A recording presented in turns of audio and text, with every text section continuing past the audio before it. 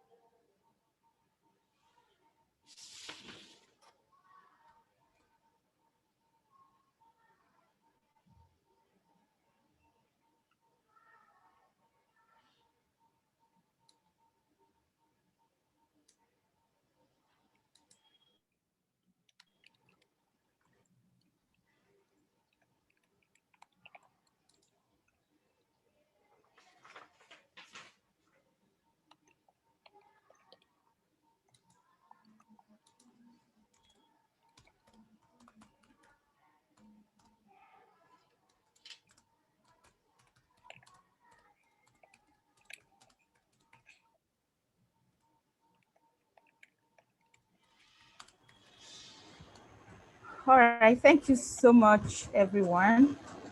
Thank you for joining us. Thank you for joining. And again, we are very grateful to our speakers. Thank you for accepting to be a part of this webinar. We are very grateful.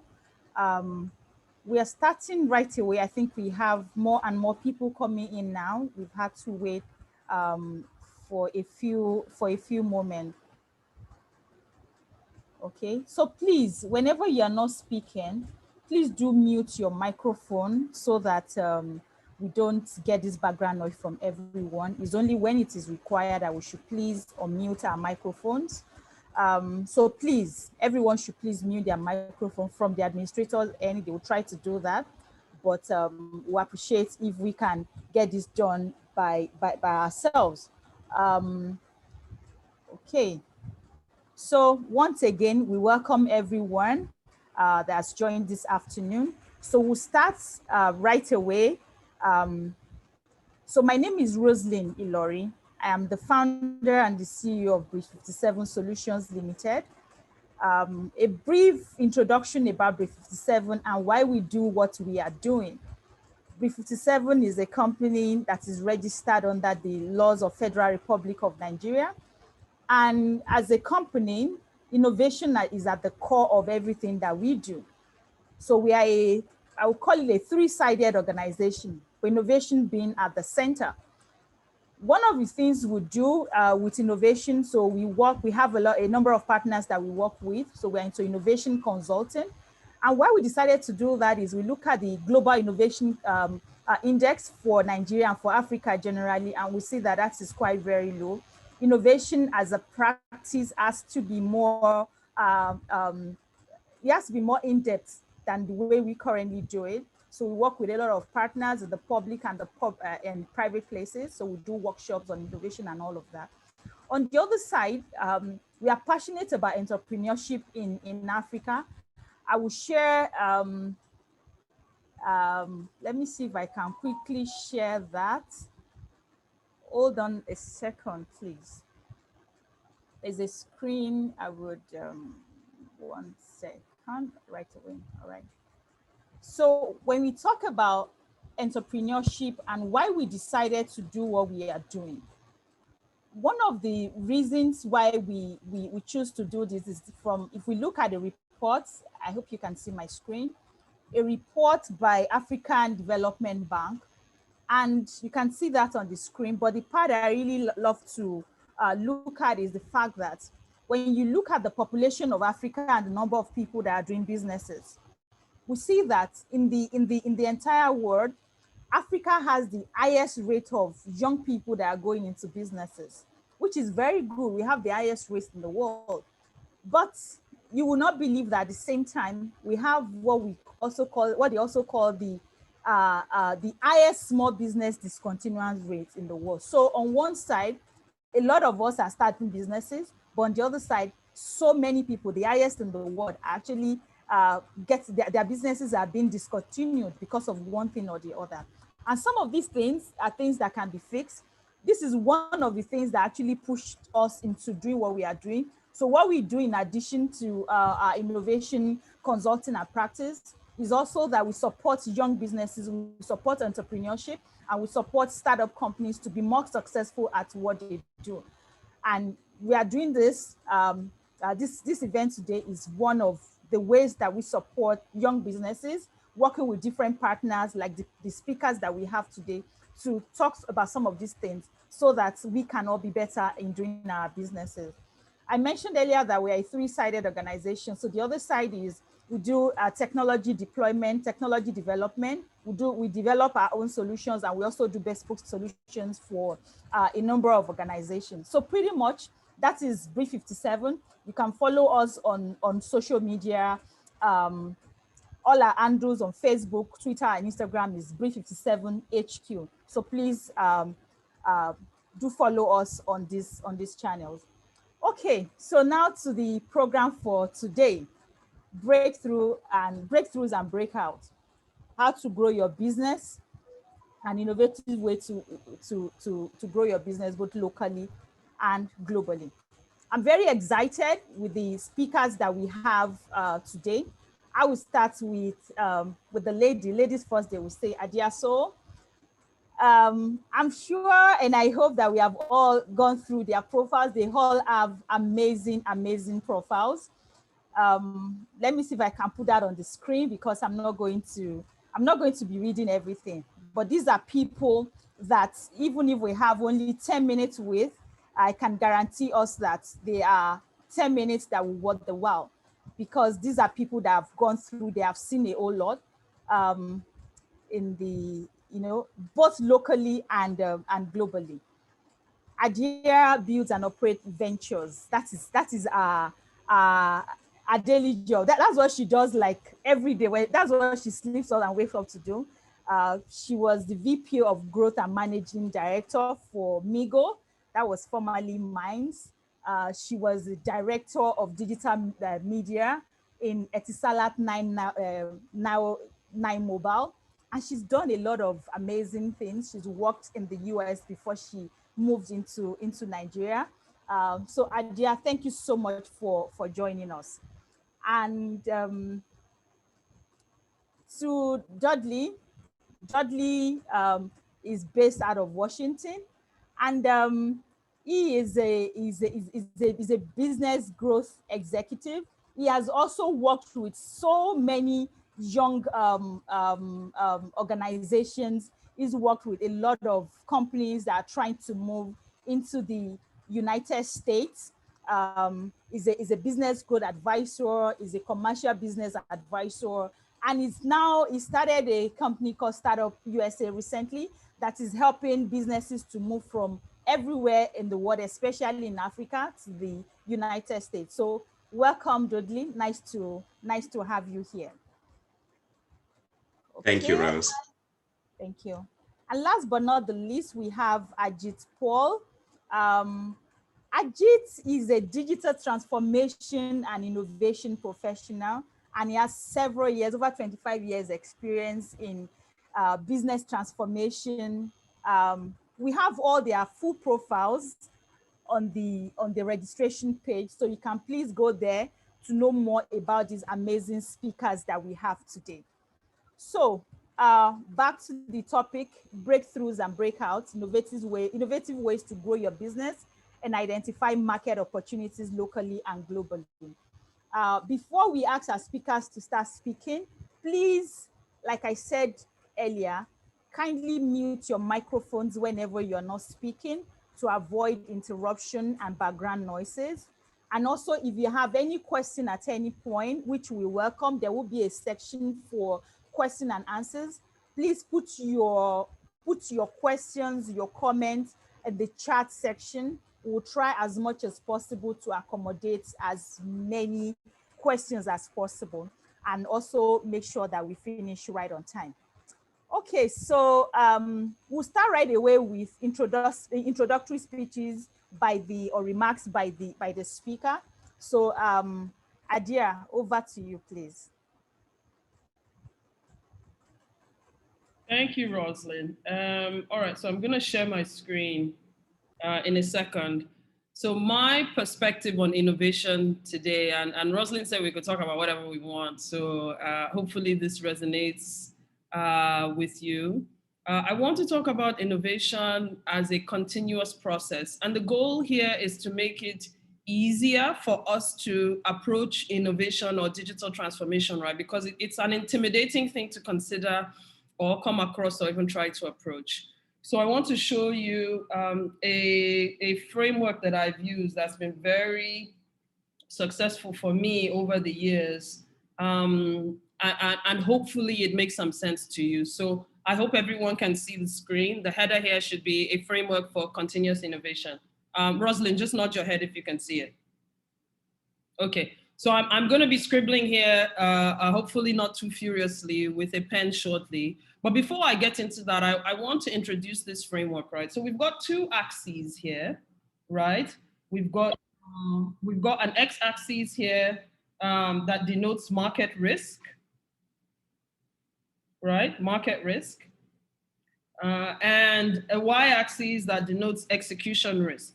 And essentially, you want to think about innovation across these two axes because execution risk really speaks to whether your organization can successfully deploy the innovation or not, where market risk helps you establish or at least put a pin in the ground as to whether customers are going to care about your product or not. Okay, so when you kind of draw this matrix out in full, you end up with something that looks like this, right? So you've got 9 boxes here. So this is still a little bit more complex, but I'm going to try to simplify it to 3 main categories. You have this category here, the low, right? So low market risk and low execution risk, right? And then you have a slightly different box here for medium market and medium execution risk. And then you have this whole other section here for your high risk stuff. So I'll explain why these 3 categories are different, right? So with your low market risk, low execution risk, this is where you put products, features, or plans where you have some certainty, right? Your organization can comfortably deploy these things and you know that people want them, right? But then in the next category, our yellow category here of medium risk, you put in things that you have some experience in, but maybe you've launched them, but you've not scaled them. And you have, you've established initial traction with your users, right? So this is what's in the medium risk box. And then the high risk box is everything that's like a question mark, right? So this is where you put the stuff where you're just really not sure of. So for me, where this became really, really powerful, because when I was a director at Etisalat, I had to manage a pipeline that was constantly releasing products. And I had a revenue target, right? I was under pressure to launch certain things at certain times. At least that was how I chose to approach it in order to meet that revenue target. And it proved to be a struggle because the things I expected customers to like wouldn't necessarily line up perfectly with what they actually liked. The things I expected the organization to be comfortable deploying didn't quite line up that way as well. So when I started using this framework, right, it started to make a lot more sense to me, but it became even more powerful when I started to align this with my revenue target. So for the sake of argument, I now expected 75% of my revenue to come from the sure things, maybe 23% to come from the things that customers had told us they liked and that we had successfully launched in the organization, even if we hadn't scaled. And then maybe 2% to come from, the question marks. Okay, so let me label these a little bit more.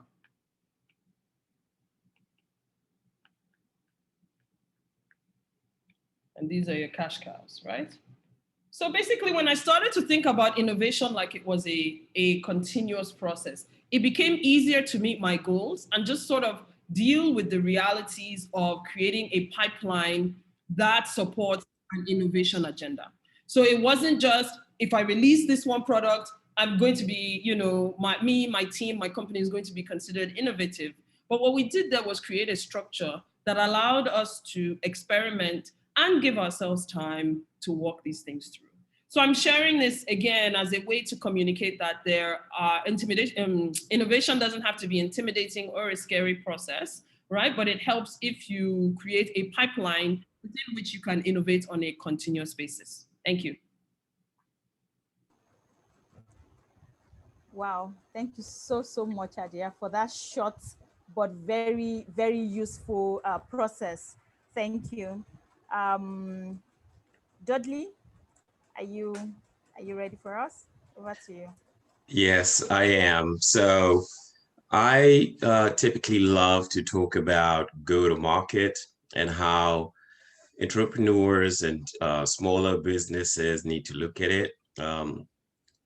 Also traversing the field of networking, why it's important to connect with the right sorts of institutions and make associates or people that will actually help you have a soft landing in whatever target market you would have.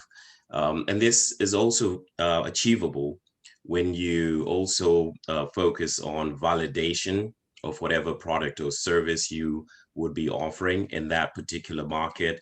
So I also would want to focus on advisory boards and why it's important for entrepreneurs to have the right sort of mentorship.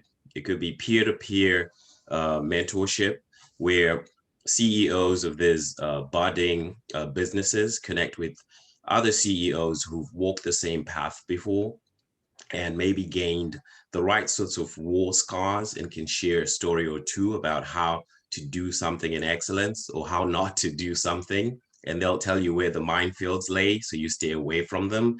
And I think one of the important things that some of our entrepreneurs in Africa fail to utilize is the connection that needs to be there between them and economic development agencies in the particular geolocations they seek to go for, which are usually great repositories of local data, because as you go to market, our expectation is that the business lead or the lead team in a particular enterprise will be making decisions that are data driven. So it's essential that you connect with these economic development agencies, as well as also figuring out what sort of diplomatic support you can get from your country of origin, as well as in the country that you're looking to target your customer bio personas or your particular customer segments. So I think it'll be important also today for us to maybe touch on business modeling, as well as regulatory compliance as you delve into export or as you delve into foreign markets, as well as the great stuff that Adia shared with us a few minutes ago. When you're working in research and development, it's key and essential to ask yourself if you are meeting a need. If you're not solving a problem, then you're probably less likely to succeed in the space that you're looking to move in. So I would love for our entrepreneurs to start thinking of solving the problems of the future so that we stay ahead of the curve of R&D needs. So I'd say, by way of introductory remarks, that's some of the stuff that I typically like to discuss, and I'm looking forward to learning from everybody on the call today. Thank you. Wow. Thank you so much, Dudley, for that. So Adia started from the framework, simple framework that we can look at, and you said something that is very important. Talk about solving the problem of the future. That is awesome. And in the course of the conversation, you've mentioned advisory board, mentorship, and a couple of other things. And so we hope to get more of this insight from you in the course of the session. So thank you so much, Dudley. Ajit, over to you.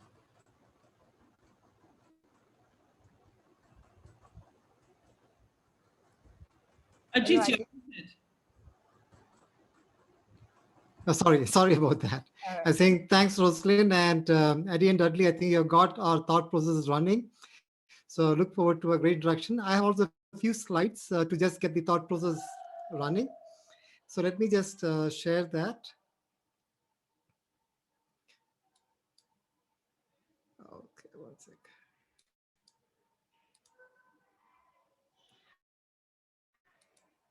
Okay, hope you're able to see my screen. It's just coming up. Um, Yes. it's come up, No, right? Okay. not yet. Yes, yes. Now it's okay. All right. So you see the breakouts and breakthroughs. I think a great topic. And I'll be taking a look a little bit from the digital side, right? So just to get us all on the space, I'm sure that for most of you, digital is quite clear, but for some of you, maybe a little more, not so much tech oriented. Digital is just an umbrella word for this epicenter of where the mobile, the social, the cloud, and the big data interplay, right? And then you could have always other variations, like we hear the terms of Internet of Things, sensors, and all of that. But this is fundamentally what digital means. Um, and one of the key point is that it's a lot beyond technology. Yeah, definitely technology is there, but the huge benefits that you would get if you look at from breakouts and breakthroughs from market enterprise perspective, it is about management differences that you need to bring in. And even the lay person in our society is actually a digital user. So when you're accessing your Facebook or a WhatsApp through mobile, which is social and is on a cloud, you're actually working on digital even though you don't name it. So this is what I would like to just bring in. Let me just Okay. So it's an interesting thing that Legos to Abuja in terms of business terms and society's terms and is equal to Legos to Amsterdam, right? Or any other place that you could take. In fact, it may be a fact that from a one street to of Legos to another one, when teams are, it's a distributed team, so to speak, right? So these have been the benefits we have received in the last 20 years, especially with the internet. But the fact is that there are some key inversions that have happened, which sometimes we may feel, but we may not expressly think so. And that's what I want to bring to your attention. We often talk about time is money, but in today's world, the attention is actually where the money is, right? You can almost say that attention is something like a prioritized time that you're investing into something of a product or service or whatever you have. Another is what we call the axis inversion. So synchronous is often equal to asynchronous. If you can access a particular content at any other time, that's also useful, but also good to remember that very often any time almost becomes never.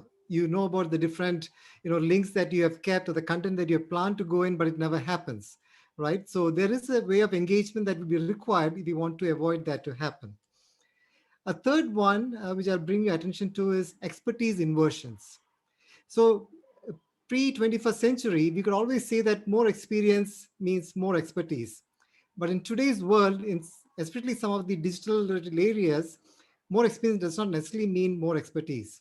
In fact, you may have a problem of unlearning required when you're senior, right? And there are areas where the youngster in your family or the college or office may be more adept at some of those than we are. So which brings us to the fact that Nigerians are avid online shoppers. And you do find that even in comparison to the other major economies in Africa, South Africa and Kenya, uh, the internet users in Nigeria is significant. And I'm sure in Ghana and Cameroon and other areas too. And you have a large proportion already shopping online, but there's some more to go.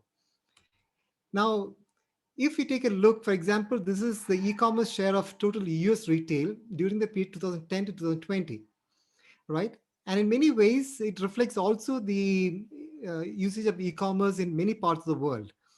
So what you would find is during the pandemic period of 2020, there's been a huge rise in usage of that. In fact, the interesting thing is what nearly took 4 years for e-commerce to develop, accelerated into 6 months, right? And you can see that in Nigeria, you can see that in India, and you can see it in many different countries. So we have an acceleration amplification happening that is on. So coming to the last one. So what do we do with all this? This is where I would like to say that whether your business is traditional or digital, right, or a mix of the two, there are certain concepts that could be useful. So here, this is what we call a yield curve impact. So if I would take an example of when you're buying a car, right?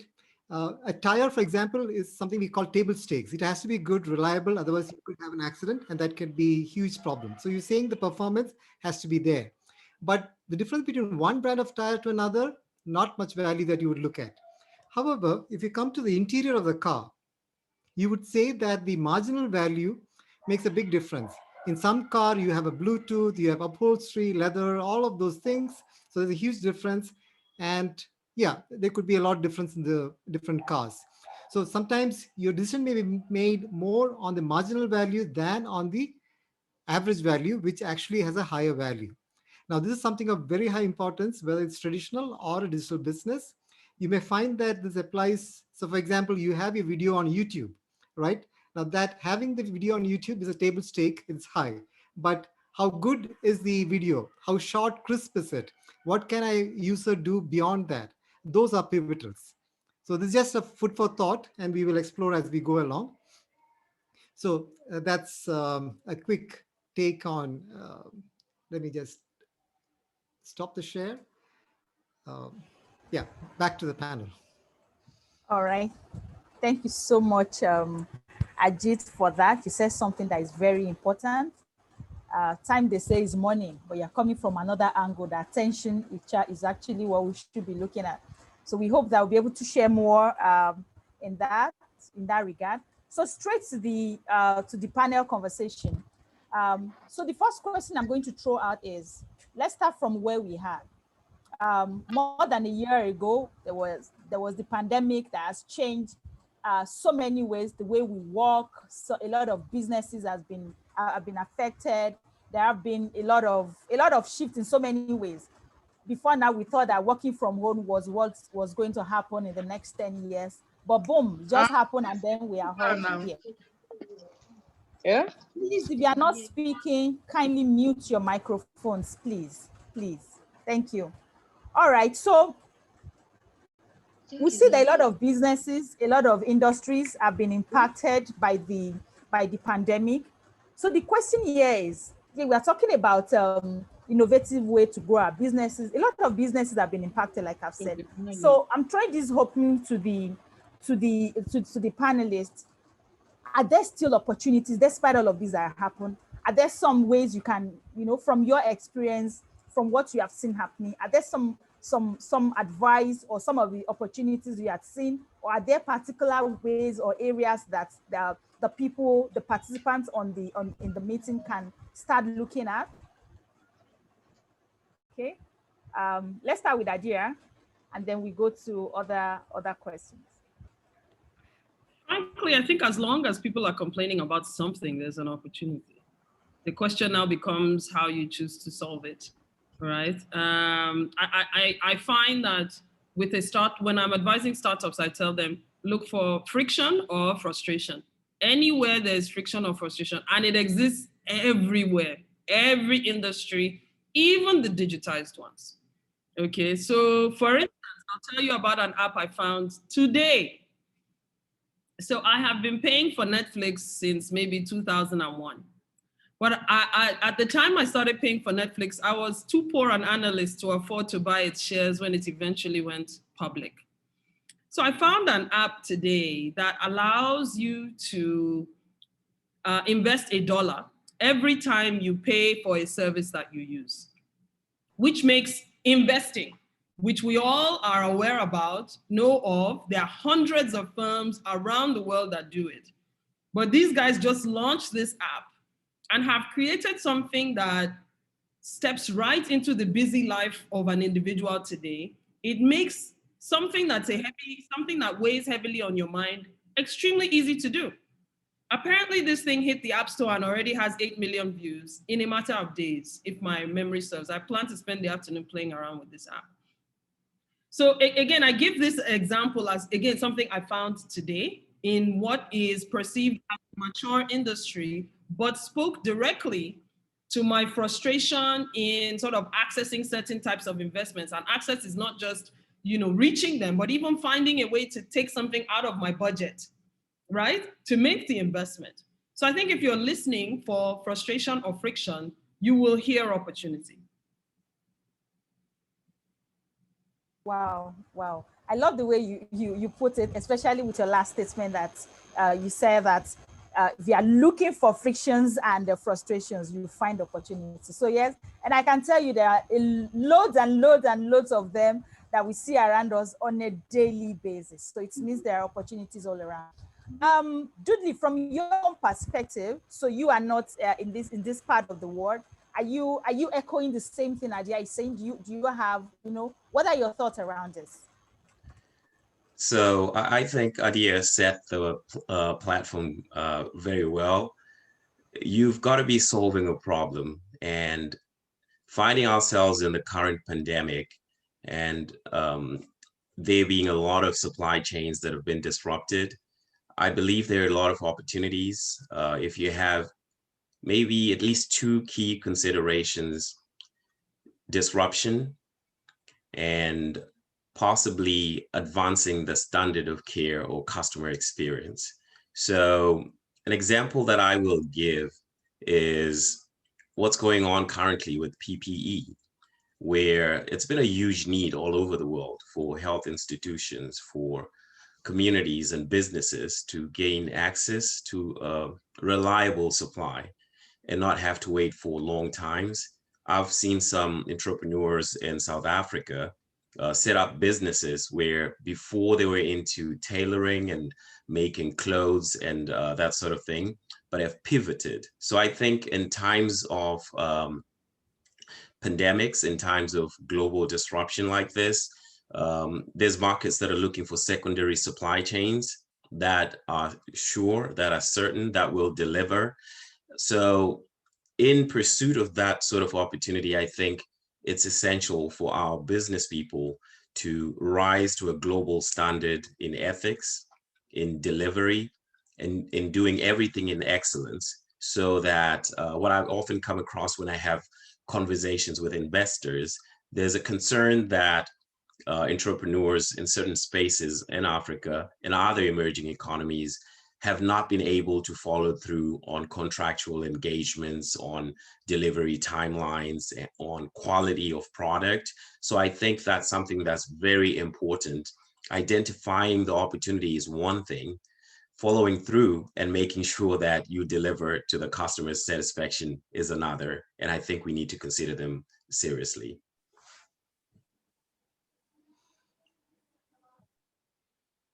Any thoughts, Ajit? Yeah, very interesting points. And I think, as Adia mentioned, where there is frustration, there's always a market, right? In some ways, I think Clayton Christensen got it very well when he said, where there are jobs to be done, there is business.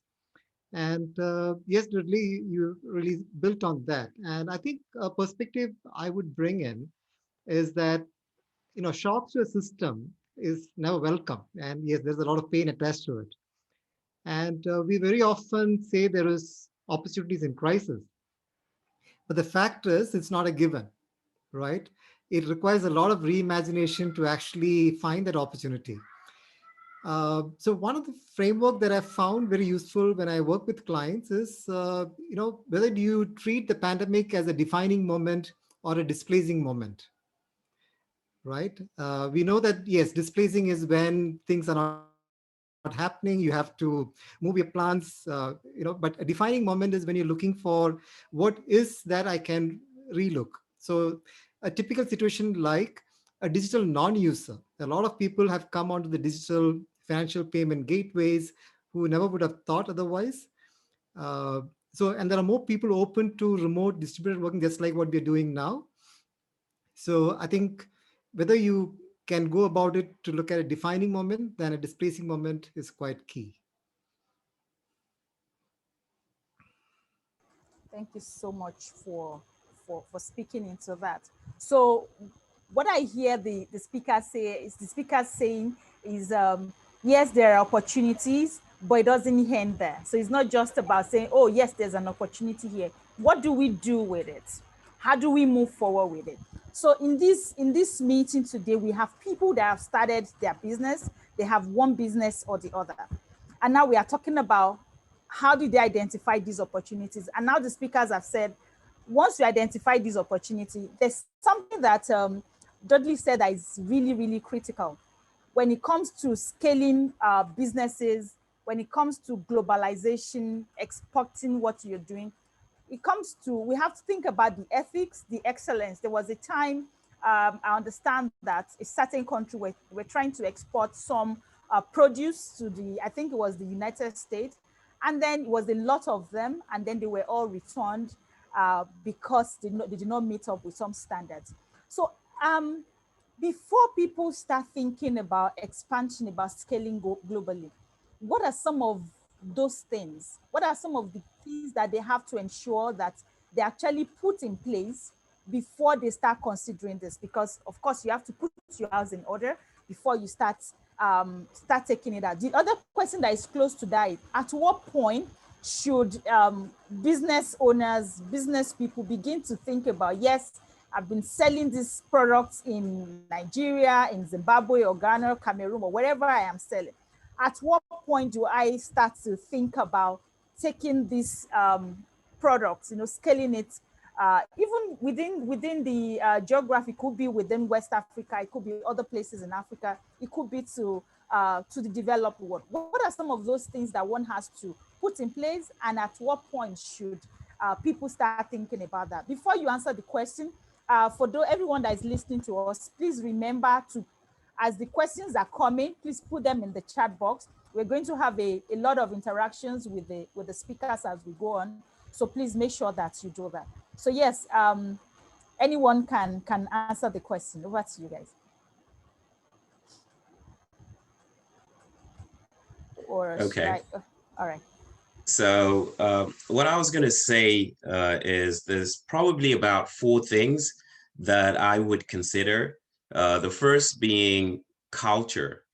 Look at the culture that you find yourself in, how you do business, the perceptions and the practices, and then take 3 steps back and look at your target market. And if it's a foreign market, you want to make sure that you understand the culture, the behaviors of consumers and whatever your target segments are, so that you have a clear understanding and there's no misinterpreting of how things work in that particular market that you're going to be moving to. And then possibly for a second point, I would look at legal and regulatory barriers to entry. If I'm in Nigeria or Kenya or South Africa, I'm going to want to know if there's any trade agreements between my country and the US or any other foreign market that I'm looking to go to, and get a clear understanding of what the frameworks, the regulatory frameworks require. I think, Rose, you mentioned an example of a producer that shipped off some stuff and that it got sent back because it didn't meet certain requirements. So compliance with regulation, compliance with foreign trade agreements, and understanding what sort of benefits come from those arrangements. And the third thing that I think entrepreneurs really need to look into is the foreign government itself. How stable is it? How does it function? Checks and balances, particularly focusing also on currency rates, so that you can do your computing and you can see how your store of value is going to play down the line. Looking to access to resources once you're in market. If you're going to have locations that you're going to set up there, I think you're going to need to seriously consider communications and logistics. How easy will it be for you to move your product? Is it something that you're going to do via e-commerce? And then if it's a product that's got to be shipped off by a third party or last mile logistics partner, how does it work in that particular market that you're looking to go to? I would also want to sort of get to understand what sort of government assistance programs are in that particular location. I think a lot of businesses in the US right now have benefited from all sorts of, SBA assistance programs for say paycheck protection and stuff that's been going on during the pandemic. And there's also other lines of credit and so forth that you would want to study. If you're in a particular segment and you're creating jobs, what would you qualify for in that particular geolocation, as well as protection policies for business. I think it would be essential for any entrepreneur to really take time to study what the protection policies are in their target market, so far as their assets, so far as the legal system, so far as interpretation of contracts and enforcement in case you run into a few bad deals, as well as focusing on immigration and employment laws. Because if you end up needing to set up a local entity, you're going to be governed by the local jurisdiction. And it's not going to be your country's laws or your source region's practices. So you will need to familiarize and make sure you're well acquainted with how things play out in that particular target place. The fourth and last thing maybe that I'll raise is the business case, which I think is super important, right? How are you going to protect your IP? Does this, market that you're going into generally regard IP in a good way? Patents and that sort of thing, partnership protection, as well as carrying out a deep and wide-ranging market attractiveness survey so you can figure out specifically what your addressable market is, what your competition looks like, and what the financial feasibility of you entering into that space looks like. And I guess I would want to hear what Adia has to say around that too.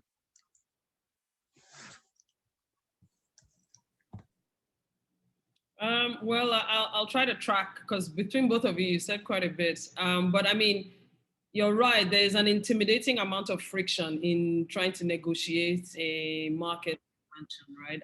And coincidentally, this week, I spoke to somebody, I've spoken to a few people over the years who are trying to create simpler solutions to make these things happen. And you're right, risk is one of these things that a lot of companies struggle to appreciate, especially young startups. Right, I think that's just something that one enjoys in one's youth, right? They're just a disinterest in consequences.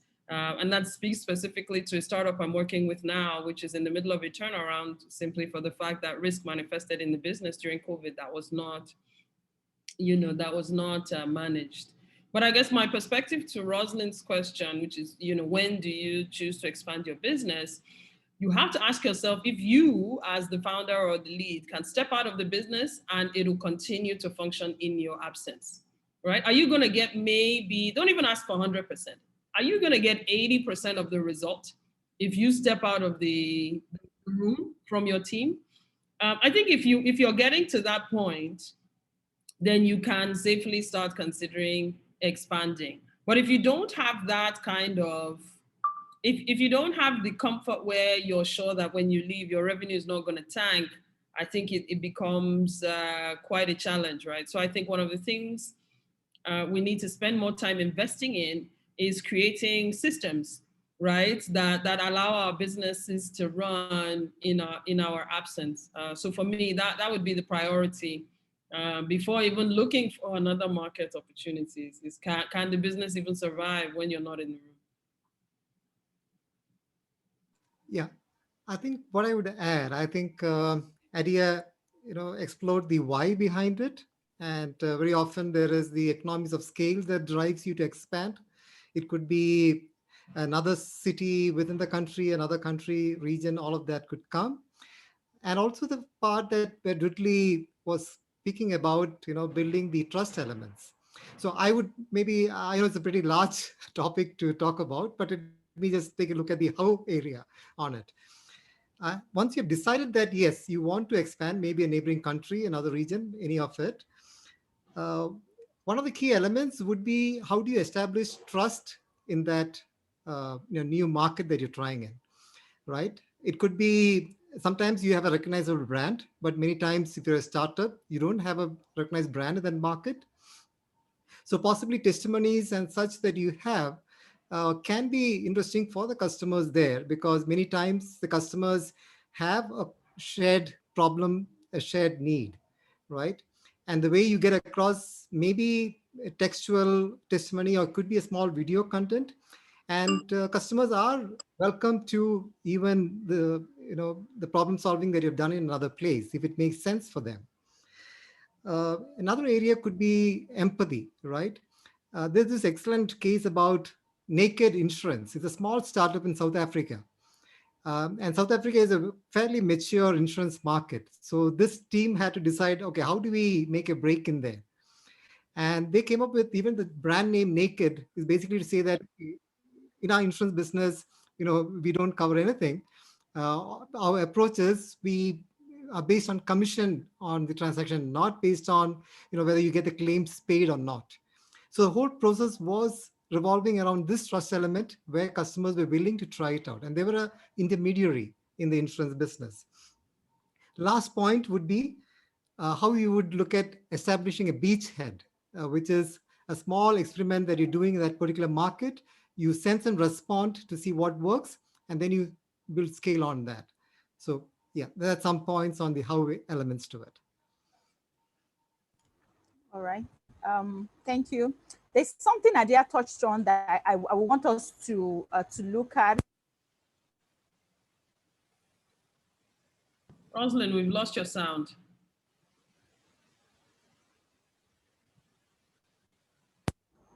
Can you hear me? Yes, we can now. Oh, I'm sorry about that. I was saying that thank you for that feedback, but there was something Adia touched on that I think we need to break down to a large extent, because from my personal experience, we're working with a number of startups.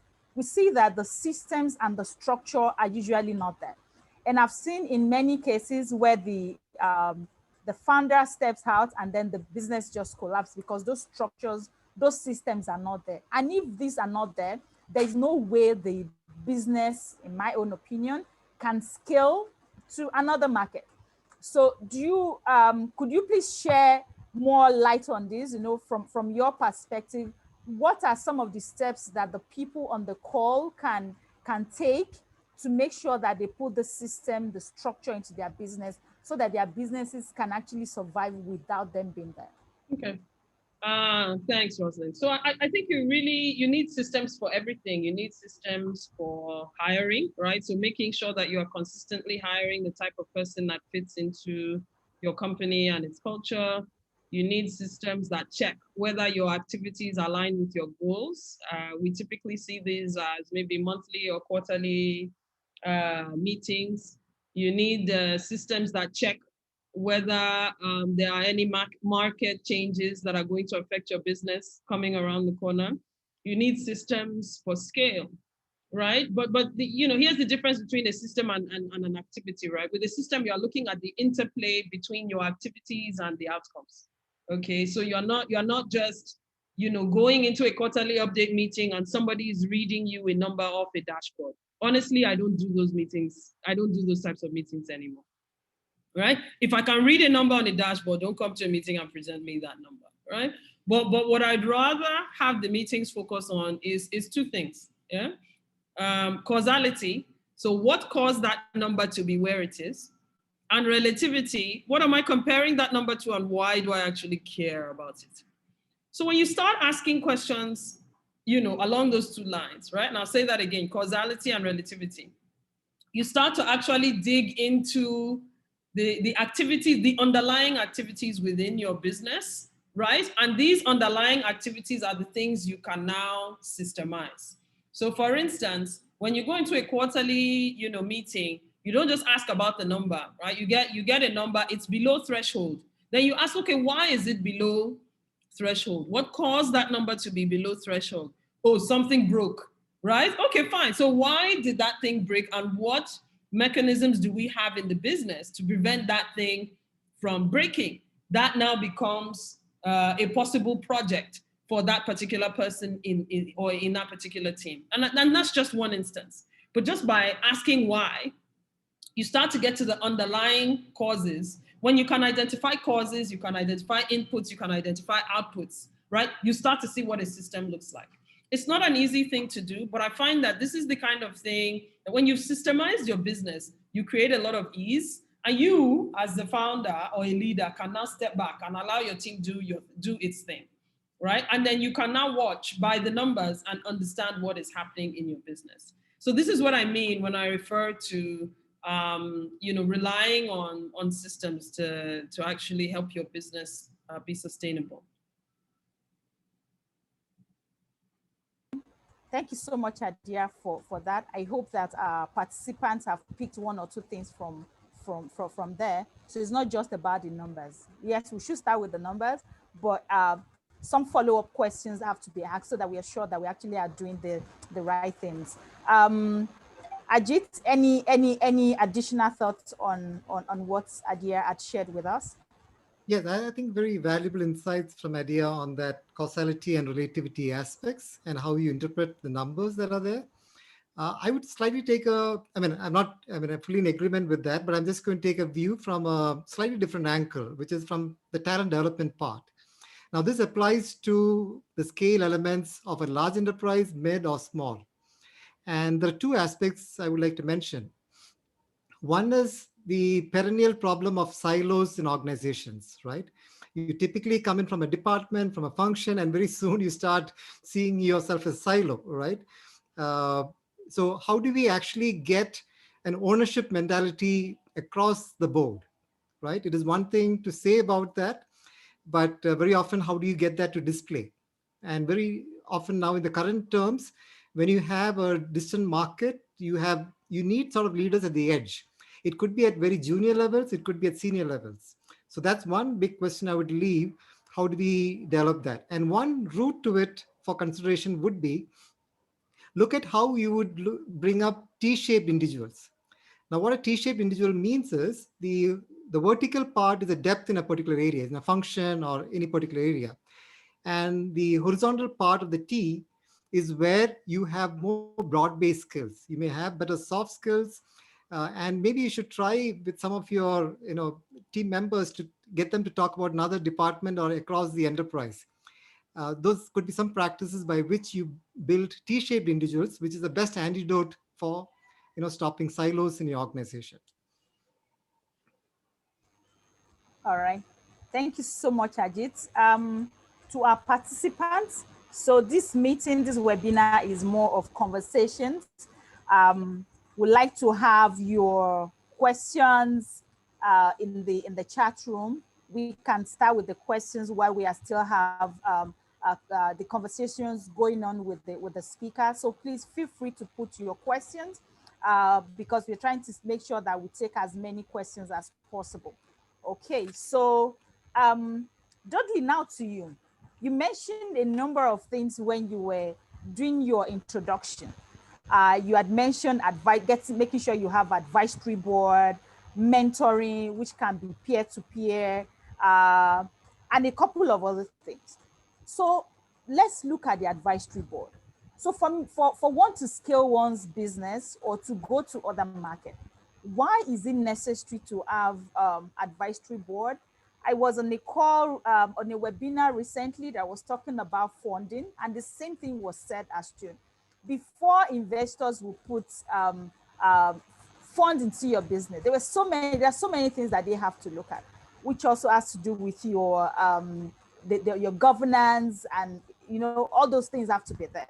So now that we are saying the same thing for business expansion, why is this necessary, and what are some of the ways in your own experience that the people in the meeting can begin to leverage on so that they have and Ajay has also spoken about structure, so is Ajit. So advisory board, governance, why is this important and how can we do it? I think advisory boards are absolutely essential. There's people out there who know more than I do. And when you don't know what you don't know, you're more likely to lead yourself along the wrong path. So one sure, safe way of avoiding that is to try and identify, I could say, key opinion leaders in the space that you're working in. And then if you have a network that connects you to them, have them come and be a part of what could be your informal advisory board. I think of essence, when Adia spoke about systems, I think one key thing to consider there is a skills audit. So when you look at your team, when you put it together, you want to see how they all dovetail into each other's skill sets, and then figure out what sort of advisory board you would need that's multifaceted. And then Ajit mentioned beachheads. When you're going into a market or a region, you need a landing pad. So the way I always look at beachheads is somebody who can be, and now I'm talking about a beachhead's advisor, somebody who has domain knowledge in the space that I'm trying to get this product or this business to get a soft landing, and somebody who either has two qualities: the domain expertise that we don't really have in our business, or that would add to the cutting edge of what we know in our business, and then somebody who also has the know-who. So they've got to have the know-how, how to get things done successfully in this place that we're targeting, and essentially also have the know-who, because sometimes you need people that will help you open doors as you seek to connect with investors. You mentioned governance and why investors would want to see that you have a formal structure that's transparent, that's accountable, that's predictable, that moves according to principles that they recognize. So I think advisory boards are absolutely essential. They've got to be people who bring a lot of value to the table, and they've got to be people that have the battle scars, like I mentioned earlier, that can handhold you and tell you where the landmines are on your pathway. Amazing, amazing. I like the angle of the know who and the know how, because most of the time, I think some of the one of the mistakes we make from time to time is we have the know how and we think that is what the only thing that is going to sustain our business, but the know who is critical. Who can hold their hands to actually open some doors that we would not have been able to do by ourselves. So that's very insightful. The questions are coming in, but we'll go to the questions very soon. So please, let's keep the question coming in. At the right time, we will take every one of the questions. So there's a question that somebody has said earlier, and this is directly to Adia. And I think we have a couple of women on this call. So the question is, like I said, directly at Adia even before this meeting started, that as a woman in business, how have you been able to manage gender discrimination? How have you managed to be quite assertive? What are some of the things you have done as a woman that you have not allowed to hold you back to achieve this much that you have achieved? And what are some of the advices that you have for women in business on this call? Adia. Those are really big questions. I think, in life, as women, you do the same thing you do when you face friction of any kind, right? You decide, it may get you down for a few minutes, call your friends up, they may be women, they may be men, get some encouragement, and then get up again tomorrow and go back at the problem. I have been very fortunate in that I did not grow up with I grew up around a lot of men. I come from a family, and I had an uncle or a cousin for every activity. So I'm used to, walking into a room, wherever I am in the world and having 10 men at the table, and it phases me less. But because this was dinner time at my house, right? So it wasn't a big deal. I have 3 brothers. So, I do remember though, that when I first walked into class as a young engineer, it was a class of 200 and there were about 4 girls in the class. That was a little bit shocking, but what do I do? Do I quit or choose a different degree because there are boys in the class? No. So if you want to do something, look, I think a healthy level of detachment is good, right? So not every partnership is do or die. And if you walk into a room and somebody wants to make you feel uncomfortable because you're a woman, and that's very clear to you, find another room. There's somebody else that, this world is full of people that have different hangups. And eventually that person will learn, or their daughter will teach them, right? I find daughters to be a very instructive path to being a feminist, right? So, so I really wouldn't worry too much about these things. I really, you know, like I said, these issues are real, you know, but just have a good set of friends that you call to get, you know, to recharge, you know, and then keep it moving. But trust me, you know, even when, look, I've been on a call with a journalist who actually asked me, he was doing an article on sort of women in tech or leaders in tech or something. And he's like, yeah, I think women's brains are actually smaller. So how really are they able to, you know, cope, you know, working in the tech industry? Surely it must be harder for them. And I managed to sort of maintain my calm. And I asked him, I said, it wouldn't speak well of you if you repeat that question outside of this interview. So I just advised him, and I reminded him that, you know, brains are not affected by gender, you know, nutrition maybe, but not gender, right? So, you know, this man still went on and asked all the other women, you know, he profiled this same question. I can only deal with people's ignorance to a certain extent. I don't think God put that weight on my shoulders. So I hope some of this is helpful. You know, but really, I didn't allow any dude that didn't understand my presence in the room to get in my way. I just found a different dude, or found a different room, or if sometimes it's even women. Okay, so let's not. I don't want to bash men too much here. I hope that helps. Oh, yes, it does. Thank you so much for that, Adia. That's very, very insightful. Perhaps we'll still have time to talk more about role models, but let's keep that for now. We still have a couple of questions, but we'll start taking questions from the participant. Martha Oloyede says, what are the core things to consider when talking about structure and process? And she has a second one. When can you say you can dissociate yourself as a person from your business? So any of the speakers can please take that. Yeah, a very interesting question there. Let me just throw some thoughts in, and then it'll be good to hear Dudley and Adia speak on it. I think the dissociating part would be more driven from the time horizon and the level of sensing. I'm using a sense and respond framework. You're not actually dissociating the real sense. It is just that if you were, more at the front lines, or you were more operationally driven, then at a leadership level, you may possibly need to take a different frequency of cadences in terms of how you're sensing what is happening. And you have a system in place to do that. And you need to possibly mix that with some frontline action as well, because it's very easy to get dissociated with the reality of the market if you don't do that. Let me invite thoughts from my other panel members.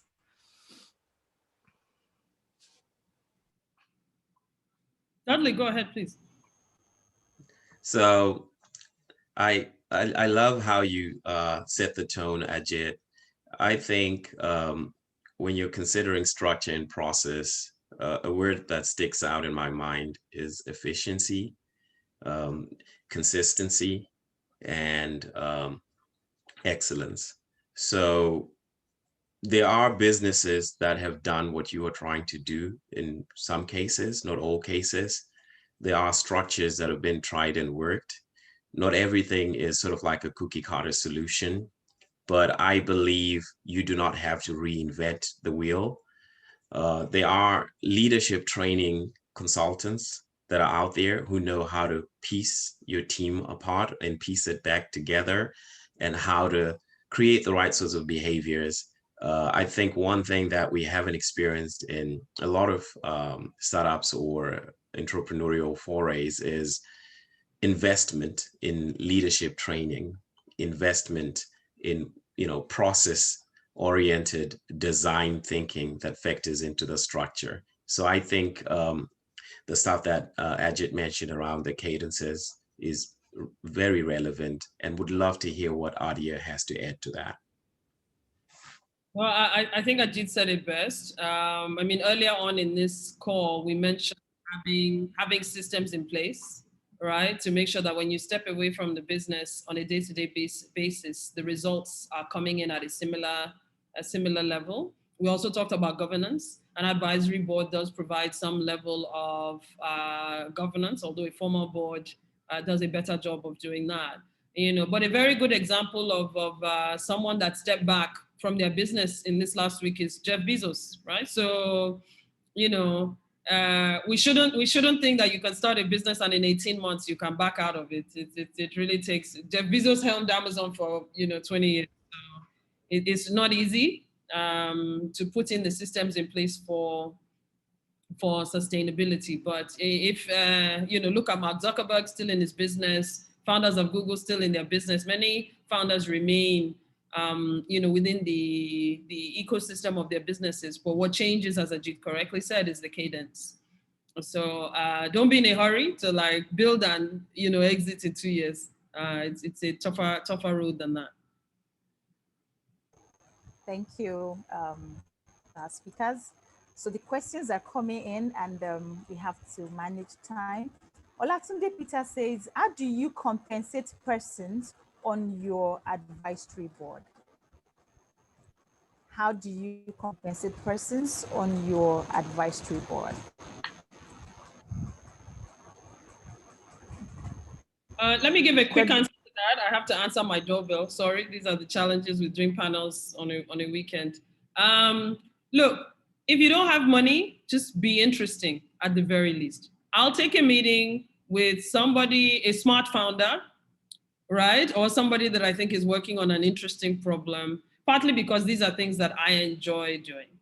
Okay, so money helps, but if you don't have money, make sure that there is some alignment between the advisor's interests and your company's interests. And then try not to turn this thing into like a whole marriage proposal and take your whole family there to go ask somebody to be your advisor, right? I have many mentees and companies that I advise by text. Like, there was one company that I had actually turned down in joining their board.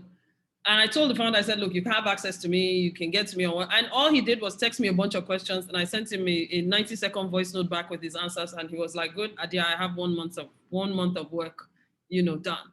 So I think sometimes we inflate these things to, and when you're talking to someone that's really busy, it's difficult for them to say yes, but kind of, reduce your ask to something to bite-sized chunks. I think that also helps. Thank you, Adia. Ajit, you want to say something to that quickly? Yeah, no, I think Adia was putting it quite right. And I think if I understood right, it was about, how do you prioritize or compensate the advisors on board? Is that the right point? Yeah, all that's right. correct.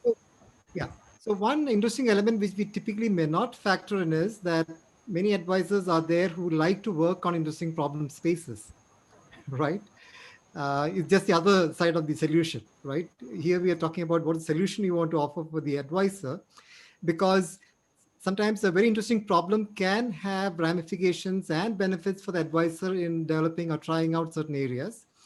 And another aspect would be, especially if it's a startup, there could be some sort of equity proposition that can devolve as the business grows at a later stage. So these are many ways in which the financial and the operational part can be brought in. All right. Okay. So what I would add, Rose, I love how Adia and Ajit have framed it. The equity proposition is one I've seen work with certain groups I've worked with. I also think, like Adia said about you needing to be interesting, right? If you're working in a particular segment, it could be niche or otherwise, if the key opinion leaders in that segment are not interested in what you're doing, then maybe you're not being as innovative as you need to be or disruptive.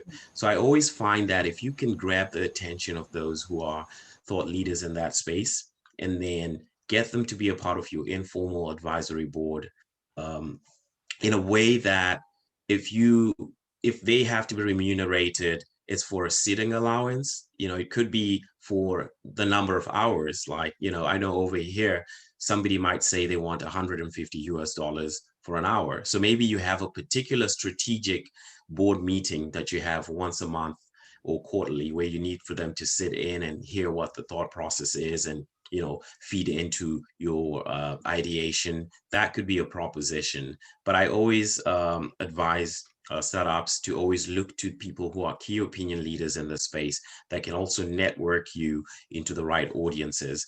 And sometimes when you're going to conferences or to congresses where you have to present yourself and your product, you can also have this advisory board members show up and talk about your product, at whatever conferences. And sometimes you can have a retainer that you can negotiate with them. So a lot of literature is dedicated to that. But in most cases, startups are hemorrhaging money, so they can't afford to actually pay for this sorts of services. And that's where it pays to be disruptive, innovative, and maybe come up with some form of equity proposition. All right, thank you. So for the next questions, we'll just take one speaker at a time so that we can answer as many questions as possible.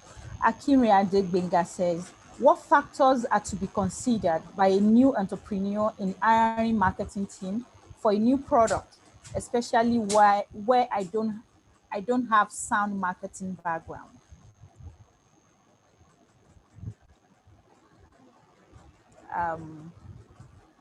Who wants to help with that quickly? Okay, I'll jump onto that one. Oh, you can go ahead, Adia. You can go ahead. Okay, thanks. Hiring marketing folks, what do you want marketing to do for you? Exactly, from your perspective, what are the metrics, the actual objectives you want it to achieve? And then hire who speaks the best to that in the language that you can understand. Okay, so you don't want to hire somebody and then try to learn their language. It's also helpful for you if you hire someone that can translate in a way that you understand, and then be willing to learn, know enough to be dangerous at the very least. But again, think about what you need and hire against who provides that. Thank you, Adia. Dudley, if you can please take this question from Robo Kayode Ojo. She says, good day, everyone. Are there businesses that cannot go beyond the region? That's a very good question. So are there some business that can just be localized to a particular region? Dudley, from your experience? I would say not every business is meant to go to foreign markets or to a different region. And maybe that's informed by the sort of product or service that they sell. I've been to places like Zimbabwe or Ghana and tried out some stuff. And there's some stuff that can only sell, say, to a local market segment. And maybe if you have a diaspora of people that travel to a certain part of the world, they may still have a longing for certain treats and services. So you would reach out to them. But I think how applicable a product or service is to a particular market segment is what will determine if you can take it there or not. Not all businesses can be taken out of a region. So one has to identify that. So it's not every product or every service that can be taken to other regions. Thank you, Adia. Kiriande Benga says, I understand the importance of mentorship. How do I seek a reliable mentor? If I can just say a few things on that, there are a couple of programs I've seen. Some have free mentorship that you may have to look at. Is one that we're going to talk about in the course of this meeting before we end. But any thoughts from any of the speakers? How do entrepreneurs seek mentors, reliable ones, he says? Yeah, I maybe just take a quick go at that. And there are many different directions from which you can come, and definitely a mentor can play a huge role. But one key element that you would look at from the mentor is someone who can pull along with you, right? It is easy to give advice, but if you can get the mentor also to, because the problem is so interesting or the opportunity looks so good, a little more hands-on. It may not be coming with you to the market, but a little more quite involved. That could be one area to look at for a good mentor. Let Adia and Dudley add. I don't know, what is an unreliable mentor?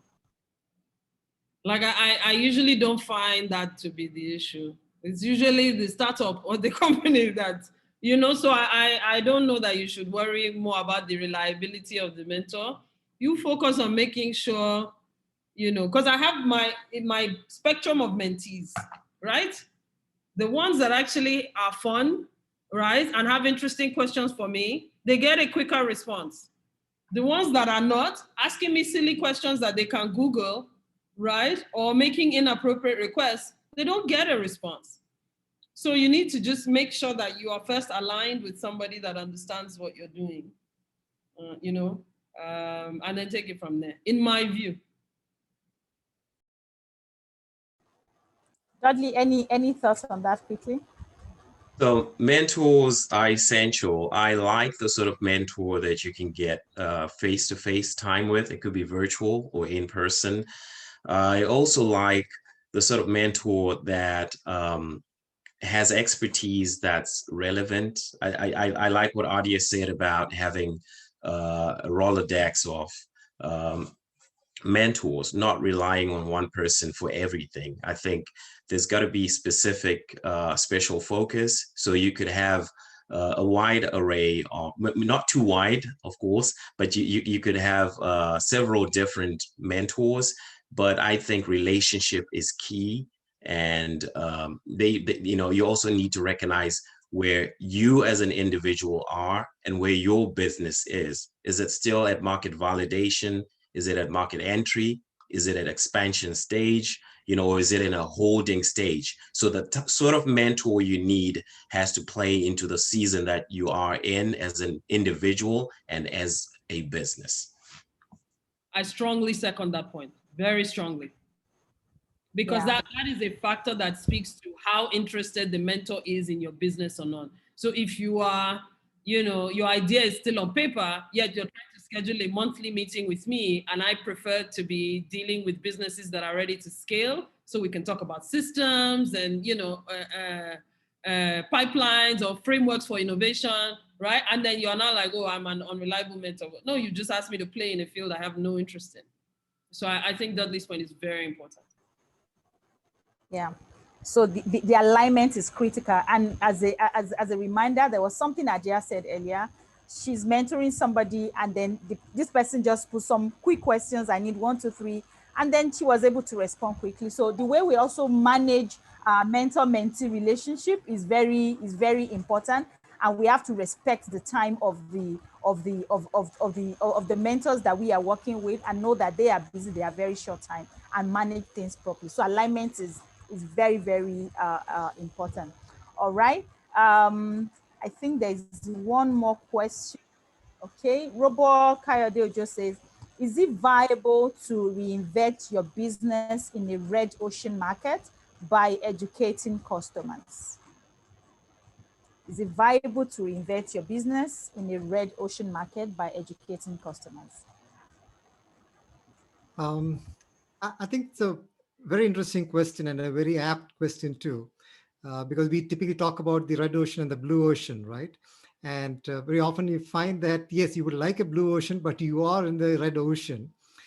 Now, I think one of the key perspectives we want to look at is we are moving a lot away from solutions-based selling, which was the dominant model earlier in marketing, to an insights-based selling, right? So if you're able to drive an insight, that's phenomenally valuable for a customer, because there's so much of information overload that is happening.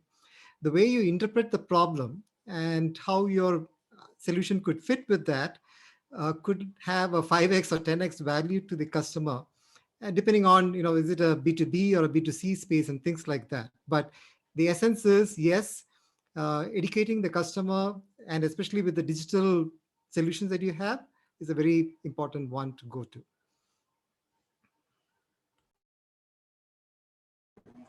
Does anybody want to add to that?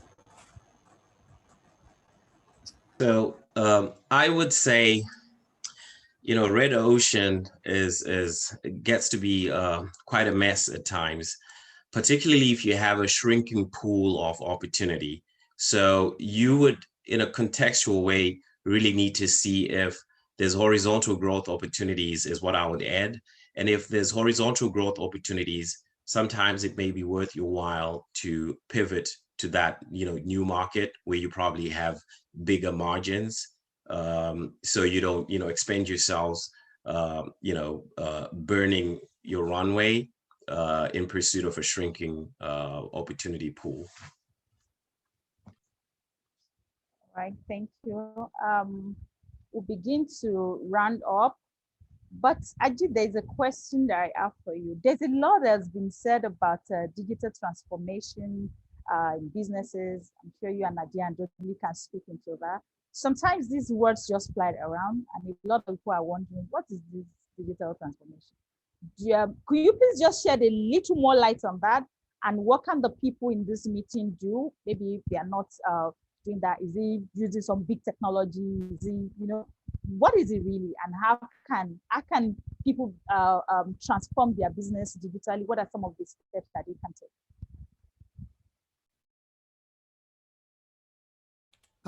Roseline, is it addressed to me, or did you say Adia? I just had a...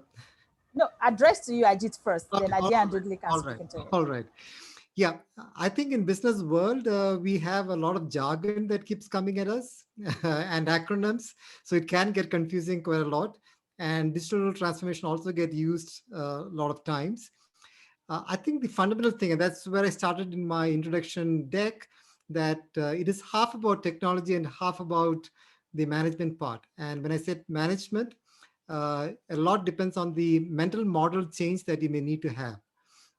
Because one of the huge problems that digital or any new technology that comes in is that you tend to, put the business on steroids, right? You have a problem. So steroids is a very powerful medicine, but you can't keep using that at different locations at different times, then you will have other problems. So it's very important that you target the core problem, and the fact that you have to reimagine the solution, right? Easier said than done, but that is very important, because that's where typically your competitive differentiation will come, and then the digital can become a force multiplier. So that's, I would say, in a summary, the way you should look at digital transformation.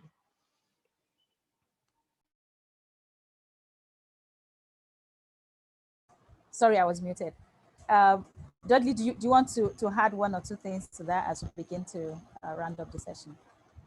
I would say every business space evolves, and they say the only constant in life is change. And if it's either you change or you adapt. If you don't do either, then you die. So digital transformation, I believe, is essential. You've got to adopt new technologies, improve your processes. If you've been doing stuff manually, you need to at least understand what this digital transformation will do for you by way of efficiencies, and then relate that to the cost, because it's not all the time, on the converse side, it's not all the time that you need to immediately stay abreast with changes that are going on if the cost doesn't make sense, depending on the stage you're at as a business.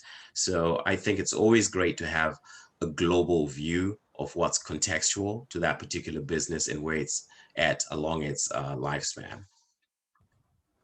Thank you, Dudley. We'll take the last question from the participant. So Martha Oloyede is asking, does mentoring have to be someone in your chosen field of business for proper and effective results?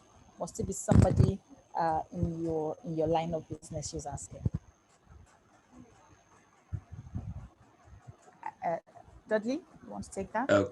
Okay, so she asks if it's someone in your chosen field of business for proper and effective results. So there's a principle I'd love to introduce, right, which is the principle of the best interests of the business, so that we separate the business from the people that are functioning on behalf of the business, because there's usually prejudices and inclinations that can discolor how we view how useful somebody would be to a particular business. But if we focus on what the best interests of the business are, I believe that the business segment you're in will direct you to who is an ideal mentor for the business and the people who are working on its behalf. Thank you, Dudley. Okay, we've come to the end of the session. We cannot thank our speakers enough. So we'd like to have, last words from the speakers. What are, just your, maybe a word of advice or something you want to give to the participant. So we'll take Adia first, and then Dudley, and then Ajit. I mean, all I'll do is maybe echo, if you came late, try to listen through the whole thing. There were lots of gems, from all three of us. And I would say innovation is a continuous project. You live and you learn. You're not going to wake up overnight and be innovative. You just got to, part of innovation is failure, okay? You've got to get comfortable with trying and failing. But the important thing is not failing at exactly the same thing twice, right? Take a lesson and improve the next time. Awesome. Thank you. Dudley? So at the end of the day, we can gain all the wisdom we need. We can read all the books and have all the strategies and have all the sharp-witted advisors that we can get our hands on. But I believe execution matters. Timing is important. A big complaint I've heard from groups that have done business with different African businesses, a big complaint they've consistently shared, which is pervasive, is timing and how you plan your things when you show up. I think it's really important for our entrepreneurs to respect time and to be very well structured around organization. So that would be my part in short. And I guess the last thing also being culture. The work ethic culture that you cultivate in your business is something that should really put you in a state where your best foot is forward. Thank you. Thank you, Dudley. Ajit? I've been very interesting interactions and questions that came.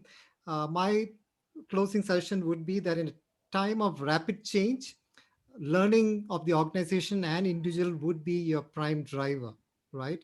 It is learning about the new technologies, learning about the markets, because many times the old need not necessarily be the way to go. You may have some new possibilities that is coming from technology or the behavioral societal change that has happened. So please look cross-domain, because there are many times something being done in another domain can be applied in yours. You may need to adapt it. And the other would be do more experiments. And the way you sense those experiments is a good learning point and invaluable in your growth. Thank you so much, speakers.